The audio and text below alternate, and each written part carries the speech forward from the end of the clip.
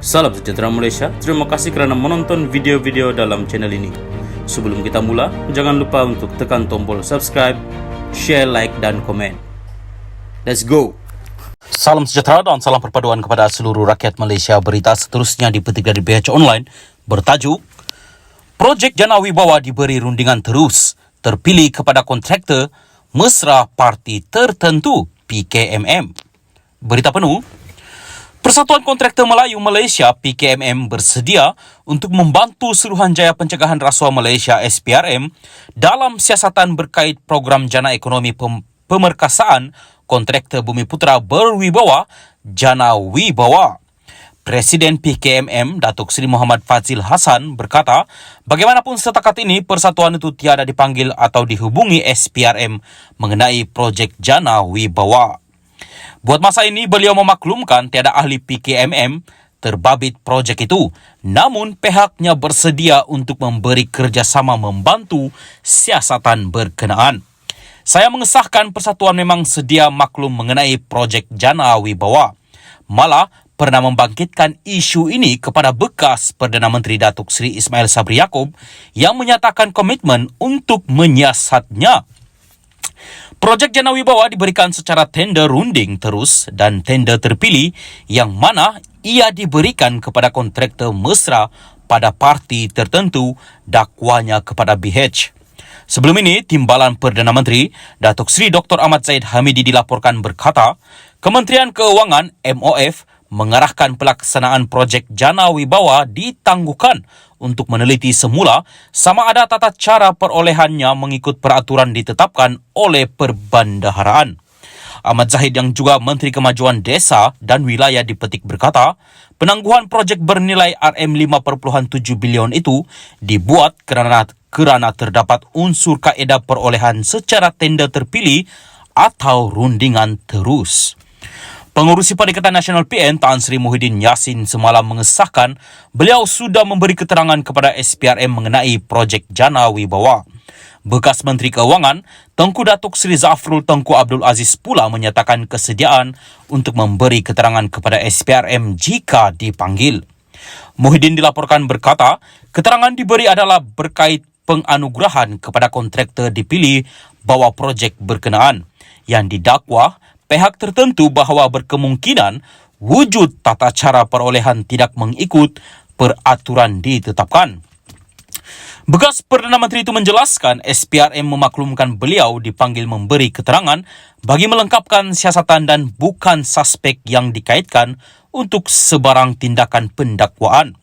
Bagaimanapun, SPRM hari ini mengesahkan Muhyiddin merupakan antara suspek disiasat bagi projek Jana Wibawa.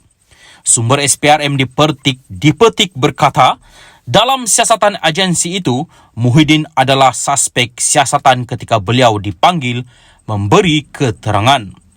Mengulas lanjut, Muhammad Fazil mendakwa pemberian projek secara tender, runding terus dan terpilih itu adalah rahsia terbuka yang diketahui kontraktor Melayu serta Bumi Putra. Beliau mendakwa perkara yang menjadi pertikaian persatuan itu ialah projek diberikan kepada syarikat yang mesra dengan parti tertentu walaupun mereka tiada pengalaman dan kepekaran. Kita bukan cemburu dengan mereka yang mendapat projek Jana Wibawa, namun penganugerahan projek perlu adil dari segi pemilihan berdasarkan kemampuan, pengalaman serta profesionalisme dan bukan siapa yang baik dengan Perdana Menteri ketika itu atau Menteri ketika itu yang menganugerahkan projek, katanya. Justru beliau berkata PKMM menggesa MOF mendedahkan maklumat terperinci mengenai mereka yang sudah diberikan projek Jana Wibawa, termasuk jumlah diluluskan, siapa terbabit dan apa kesalahan didakwa mereka lakukan. Kami turut ingin mengetahui projek apa dan siapa dapat dan tindakan patut diambil. Selain itu, kami mahu tindakan bukan hanya dikenakan terhadap syarikat kontraktor terbabit Jana Wibawa, tetapi juga pegawai kerajaan sama ada di MOF, Jabatan Kerja Raya JKR, serta Jabatan Pengairan dan Saliran JPS yang terbabit dalam proses pemilihan kontraktor itu, katanya. Untuk rekod, Jana Wibawa diperkenalkan kerajaan bawah pentadbiran Muhyiddin bagi mempercepat pelaksanaan projek bertujuan merancangkan ekonomi negara ketika serta pasca pandemik COVID-19 selain meningkatkan kapasiti kontraktor Bumiputra dalam industri pembinaan supaya lebih berdaya saing, berdaya tahan dan berpotensi. Sebelum ini, kerajaan dilapor memudahkan kaedah pelaksanaan projek Jana Wibawa secara tender, perkelayakan atau rundingan terus supaya impak pelaksanaan segera dapat dirasai oleh ekonomi dan rakyat. Salam sejahtera dan selamat pagi kepada seluruh rakyat Malaysia dan pendengar berita panas hari ini dipetik dari syahbudin.com.net bertajuk Biarkan PN jadi pembangkang selama-lamanya. Berita penuh. Belum pun sampai 3 bulan jadi pembangkang, PN yang ditunjangi Bersatu dan PAS ternampak begitu galak mencari salah Anwar Ibrahim dan kerajaan perpaduan yang dipimpinnya. Macam-macam yang mereka pertikai, termasuk juga perkara-perkara yang tidak masuk akal sama sekali. Kelakar dan geli hati pun ada melihat gelagat mereka sekarang ini lantaran mereka pernah berada dalam kerajaan selama 33 bulan sebelum ini. Tetapi, apa yang telah mereka lakukan? Lupakah mereka yang prestasi buruk PN ketika jadi kerajaan? Apa kehebatan yang Mahyadin MD Yassin lakukan selama jadi Perdana Menteri? Selain takut membuka parlimen dan bangga dengan pelaksanaan darurat demi untuk kekal lama berkuasa, menteri-menteri bersatu sendiri, apa peranan mereka yang boleh dibanggakan selama berada dalam kerajaan? Begitu juga dengan PAS. Apa sumbangan dan peranan mereka dalam kerajaan sepanjang 33 bulan itu? Kenapa baru sekarang sibuk menyalahkan kerajaan? Walhal ketika berada dalam kerajaan mereka sendiri tidak berbuat apa-apa yang bermanfaat untuk rakyat dan negara. Mana janji-janji yang pernah dikumandangkan ketika belum jadi kerajaan sebelum ini? Kenapa hanya setelah tidak lagi jadi kerajaan baru hendak bising itu dan ini?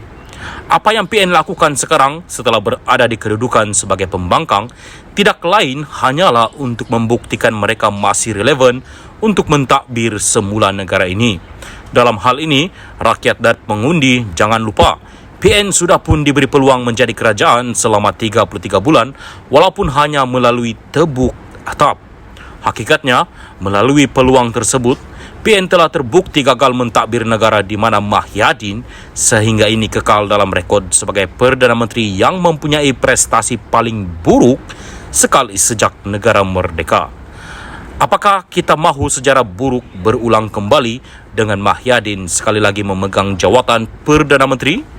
Mahukah juga kita melihat muncul kembali duta yang hanya makan gaji buta? Oleh itu, rakyat jangan sesekali terpedaya dengan mainan dan silap mata PN ini. Mereka tidak sesuai dan tidak layak sama sekali jadi kerajaan. Tempoh 33 bulan sebelum ini telah membuktikan hakikat itu. Berbanding kerajaan perpaduan yang belum berusia 100 hari ini, rakyat sendiri mula nampak perubahan dan arah tujunya. Contohnya, Anwar memerangi rasuah dan menggalakkan ketirisan dengan bersatu sendiri terpelit dalam siasatan dan pembekuan akaun bank. Ia adalah bukti dan kedurjanaan telah berlaku ketika PN menjadi kerajaan. Selepas ini dipercayai lebih banyak lagi pembongkaran akan didedahkan. Biarkan PN terus bising kerana mereka memang hanya layak dan benar-benar berfungsi ketika jadi pembangkang saja.